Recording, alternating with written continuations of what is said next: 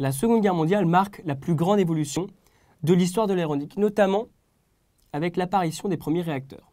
C'est en 1940 que l'on va pouvoir voir le premier vol d'un avion réaction allemand, le Henkel 178, qui sera précédé par la création du premier réacteur au monde, qui est un réacteur français, en 1939, et qu'on appellera le Juno.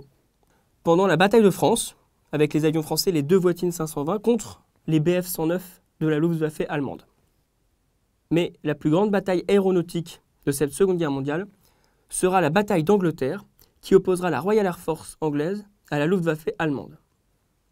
Les Allemands volent sur des Bf-109 et des Focke-Wulf 190, tandis que les Anglais volent sur des Spitfire ou des Hurricane. On retiendra la célèbre phrase d'un as allemand à Goebbels, le chef de la Luftwaffe: « Donnez-nous des Spitfire et nous gagnerons la guerre ». En 1941, c'est au tour des Américains de rentrer dans le conflit.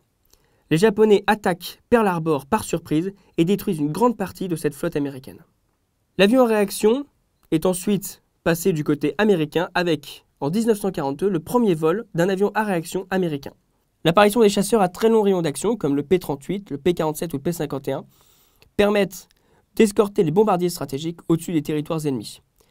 Ces trois chasseurs précédemment cités sont les chasseurs américains qui permettront aux bombardiers B-17, B-29 ou encore B-26 de survoler l'Allemagne et de bombarder Berlin ou les villes allemandes.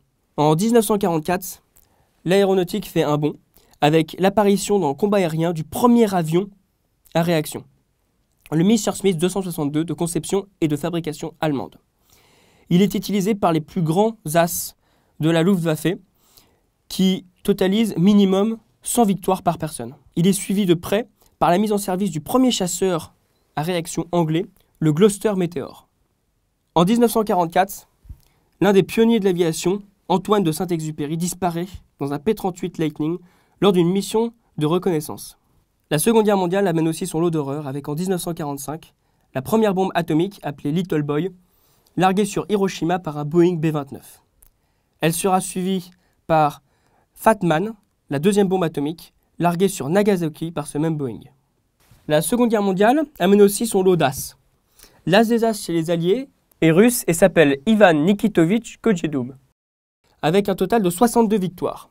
Chez les Français, on a Pierre Klostermann avec 33 victoires. L'as des as allemand, Erich Hartmann, totalise 352 victoires et sera ensuite capturé par les Russes, puis emmené au Goulag.